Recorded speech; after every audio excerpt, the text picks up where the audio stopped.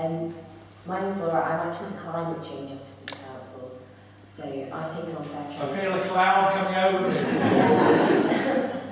And I just thought it would be a good opportunity to say you all should be really proud of what you're doing, because it's really nice to meet a group of people that are so enthusiastic and so willing to drive something forward, because I can tell you get a lot of no's on climate change. You know, I've got a good group of people here who are really driving something forward, so you should be proud of that achievement. I'm going to talk about this year's Fairtrade product focus, which is cotton. So, the phrase they've termed this year is cotton onto Fairtrade. Cotton's the most naturally used fibre in the world. It grows very well in West Africa and India, and it should be an ideal opportunity for these people to bring themselves out of poverty. As you probably imagined I was going to say, that's not the case. The top 4 cotton producing countries are called the C4. Benin, Burkina Faso, Chad and Mali should be able to bring themselves out of poverty by growing cotton, but that's not the case. There's price dampening effects are taking place because of the subsidies that the US and the EU are giving their own farmers to produce cotton. I mean, why this is such a big tragedy as well is because 10 years ago the World Trade Organization launched the Doha Development Round, and the idea of this agreement was to help poor countries to access world markets. 10 years on, not a lot's changed. What happens because of the subsidies that the EU, United States and China are giving to their farmers means that cotton is being massively overproduced. So when you've got a lot of cotton on the market, it drives the prices down. Small-scale farmers in the Fairtrade countries, the less developed countries, can't compete with this, so they're getting a worse deal. I mean, I thought this fact was quite good. An estimated 100 million rural households worldwide are involved in the production of cotton in over 70 countries. 2/3 of the cotton is produced in the developing world, but only 1% of cotton on the market is actually fair trade. And there's still a case where we've got people that are in the fair trade schemes aren't being able to sell all their cotton at the fair trade price because there's not enough demand on the market to get it going. What I thought would be good here to link back to, and I assume everyone's a convert, but I just wanted to remind people about why fair trade is important and what this means for farmers.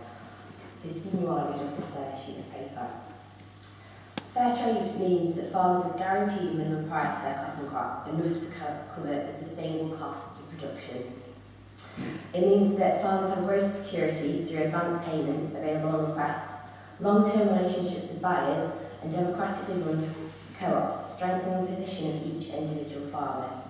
They have greater access to global markets, knowledge about current prices, which puts them in the best stead to sell their product.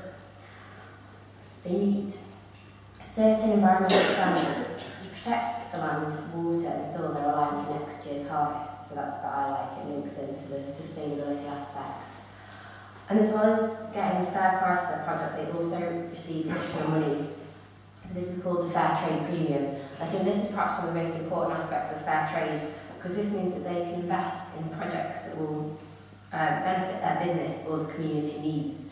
So you've got the farmers, they're getting the money, but it can go back to the other people as well that aren't necessarily farmers. So decisions on how the money is spent is made democratically. But they've got the options there to invest in their schools, in their healthcare, in the farming, or even things like getting access to clean water. It's not guaranteed just because they're farming and selling crops. To move back to what we can do to try and help these farmers and increase the market for fair trade cotton, there are 2 things we need to think about. So, Fair Trade Fortnight's coming up. The Fair Trade Organisation have got a campaign for trade justice for West African farmers.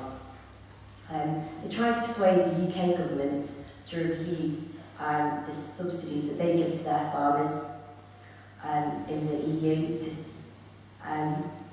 stop them doing this. So the fair trade farmers can have a greater chance of getting the price that they need, and we can stop the overproduction. So that's called the Common Agricultural Policy, and it's due to come into force in 2013. currently the EU aren't looking at changing this reform of carbon subsidies.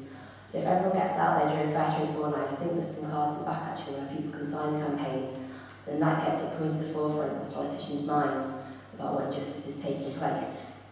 And when I was writing this, I was thinking about it, and I was like, yeah, that's a great idea. Kind of like with climate change, we go, look at this is a great policy. But the thing is, what it takes is everyone to kind of get involved. So when I was talking earlier about how only 1% of the cotton on the market is fair trade, we could change that policy. The farmers could have a better chance at getting a fair price. But if people aren't buying fair trade products, they're not buying fair trade cotton t-shirts, they're not buying fair trade cotton boots, you're still not going to get those manufacturers choosing to buy the fair trade cotton because the demand's not there. And fair trade cotton products do cost a little bit more and they're sometimes harder to find. But unless people are going to go out the way a little bit and try and really change how they act, we're not actually still going to get a situation where the fair trade farmers are really being supported. They'll still be putting their cotton on the market and not getting the right price. So I suppose what everyone needs to do is, I thought about this today when I was coming across, I don't wear any fair trade clothes. I can say that because I've just joined the fair trade steering group, but it really made me think. I really need to think about that next time I go shopping. I think everyone else here should do that too. So, like how everyone's swapped the cuppa, think about it next time you go out. And there's a great list on the Fairtrade website of the cotton suppliers. It varies from you can get cotton boots and boots, you can get t-shirts in Marks and Spencer's, you can get towels in Debenhams, and I know the group are looking at trying to put a list together to help people access it, like the directory, so people know where they can get Fairtrade cotton products. And there'll be loads of events taking place, which Steve will talk about now during Fairtrade fortnight, where you can find out more and find out how you and Warrington can get out there and start supporting the Fairtrade cotton market.